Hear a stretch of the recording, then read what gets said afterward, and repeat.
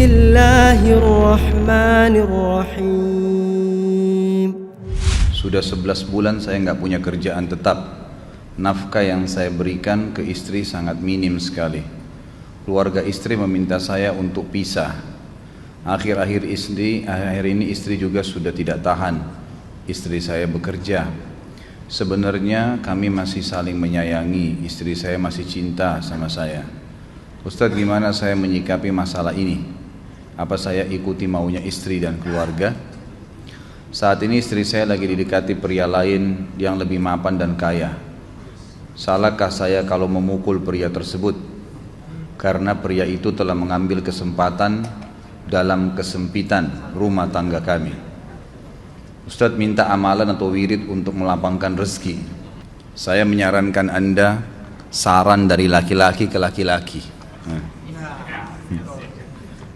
Prinsiplah dan jangan merendahkan diri di hadapan wanita. Maksudnya begini, pada saat seorang wanita yang menjadi istri Anda membutuhkan Anda, tunjukkan kebutuhan kita 1000 kali daripada dia.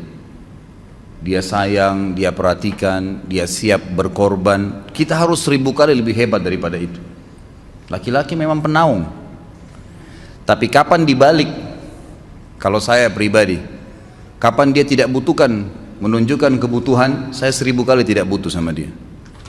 Untuk apa Anda merendahkan diri di depan seorang wanita yang kalau memang dia tidak bisa menjadi seorang istri? Karena kapan wanita sudah menyombongkan diri di hadapan laki-laki, tidak akan ada wibawa sama sekali. Ini poin dulu dalam pembukaan. Dan selalu saya sarankan siapapun ikhwah yang minta saran saya dalam masalah rumah tangga, yang paling pertama ini saya ucapkan, saya bukan menyuruh Anda menjadi keras, bukan. Tapi saya mengajak Anda untuk punya prinsip dalam hidup. Wibawa, pemimpin rumah tangga. Dibutuhkan kita butuh, tidak dibutuhkan ya sudah. Masih banyak gantinya. Dia mau ganti laki-laki lain, silahkan, ahlan wa sahlan, silahkan. Allah akan gantikan penggantinya yang lebih baik. Dan itu harus bisa kita punya prinsip. Memang begitu. Kalau ini kita terapkan dalam kehidupan kita, kita akan sangat mudah hidup. Terkadang subhanallah ada pengorbanan berat. Berpisah dengan meninggal, berpisah karena masalah dosa yang dilakukan oleh pasangan kita. Jelas haram. Kalau ada seorang istri hanya karena masalah suaminya kekurangan ekonomi mau berhubungan sama laki-laki lain, wanita apa ini? Cinta itu pengorbanan, kasih sayang. Bukan hanya pada saat mampu kemudian disayang, pada saat tidak mampu kemudian ditinggal. Subhanallah. Hati-hati, hukum Allah subhanahu wa ta'ala berlaku. Akhwat yang jadi istri, ikhwah yang jadi suami, harus tahu pasangan kita itu punya Tuhan sebagaimana kita punya Tuhan yang sama. Dan Allah itu maha adil. Memang dalam kehidupan kita ada naik turunnya. Dan makna cinta adalah pengorbanan. Itu sebenarnya. Kalau hanya kita kantongnya lagi penuh kemudian disuka sama istri, pada saat lagi tipis, lagi masalah kemudian dia mau berhubungan sama laki-laki lain, naudzubillah min dzalik. Wanita apa ini? Kalau saya tidak naungin. Kalau saya nggak naungin. Kamu mau sama dia silahkan. Ahlan sahlan, silahkan jalan. Kalau saya, istri saya sangat tahu prinsip saya.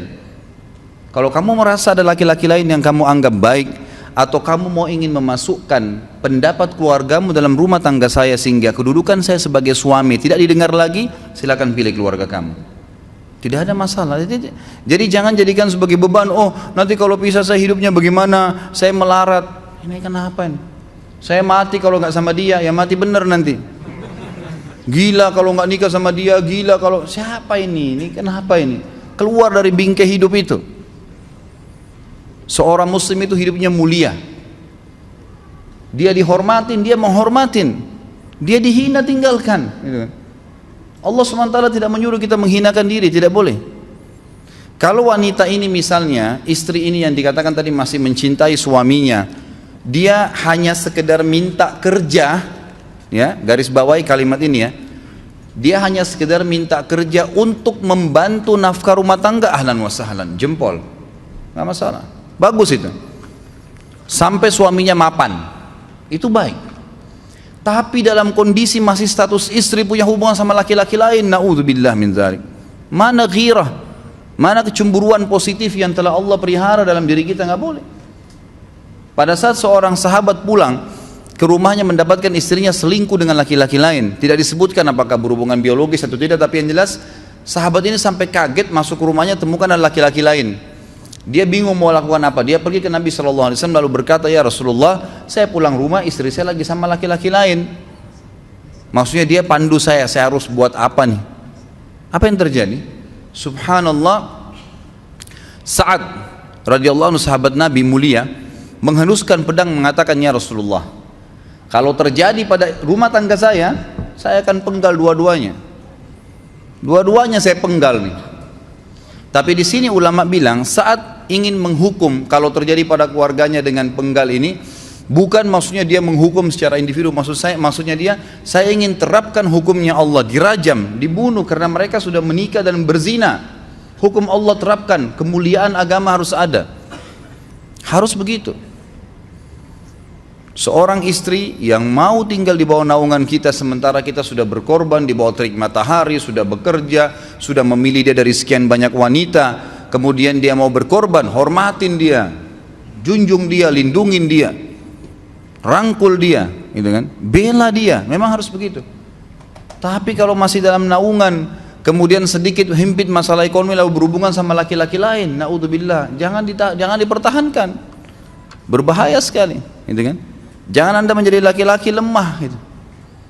Saya kemarin ditelepon oleh 2 orang sekaligus, subhanallah. Sahabat dekat telepon kepada saya, laki-laki. Ustadz maaf mau ngomong sebentar. Baik silahkan.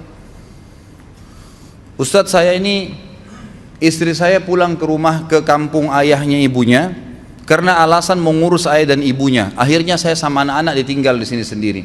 Setiap kali saya panggil pulang, dia bilang sudahlah saya nggak mau pulang. Kalau mau nikah lagi silahkan.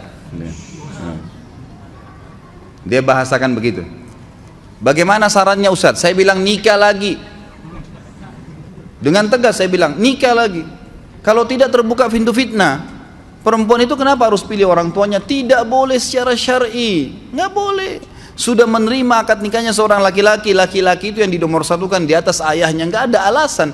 Kalau suami izinkan boleh urus orang tua, kalau nggak diizinkan tidak boleh, nggak boleh. Bagaimana dia tinggalkan suaminya sama anaknya? Kaget itu saya katakan begitu. Iya, bahkan sekarang hukum poligami sudah wajib bagi Anda, nggak boleh. Wajib sekarang.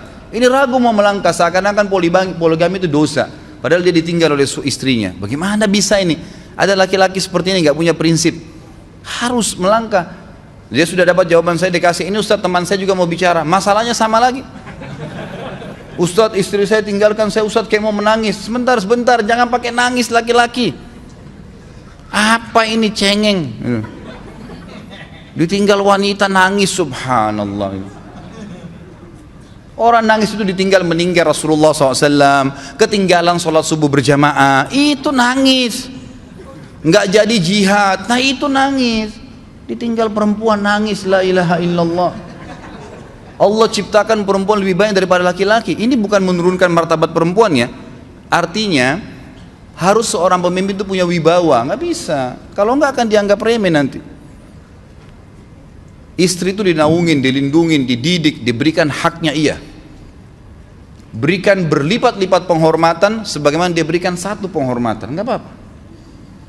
Tapi jangan sampai menginjak martabat seorang pemimpin, tidak boleh. Akhirnya saya sampai bilang sama dia, akhi, ambil keputusan. Kamu mau balik sama saya berumah tangga di sini, atau kamu pilih rumah orang tua kamu? Oh saya pilih orang tua saya, baik saya ceraikan kamu sekarang. Assalamualaikum, tutup telepon, selesai. Jangan lama-lama. Cengeng sekali, udah sujud sama Allah, saya masih berat cintanya Allah. Ia minta kepada Allah subhanahu wa ta'ala, ini gampang dihilangkan dari hati.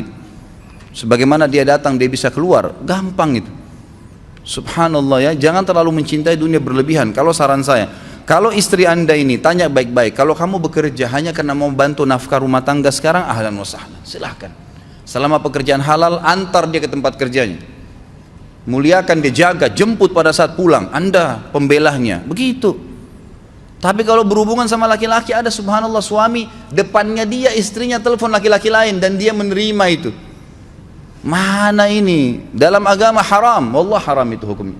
Nggak boleh. Itu namanya dayuth dalam agama. Nabi SAW mengatakan Allah melaknat dayuth. Kata sahabat, siapa itu dayuth ya Rasulullah? Laki-laki yang tidak punya cemburu terhadap pelanggaran agama yang terjadi pada istrinya. Gimana caranya? Nggak boleh dalam agama Islam, gitu kan? Makanya biasakan hati kita terisi dengan cinta kepada Allah SWT dan bukan cinta kepada manusia. Mencintai istri karena Allah yang perintahkan, mencintai suami karena Allah yang perintahkan. Jadi semua karena Allah. Tidak ada kata-kata hilang, tidak ada rugi kalau kita meninggalkannya.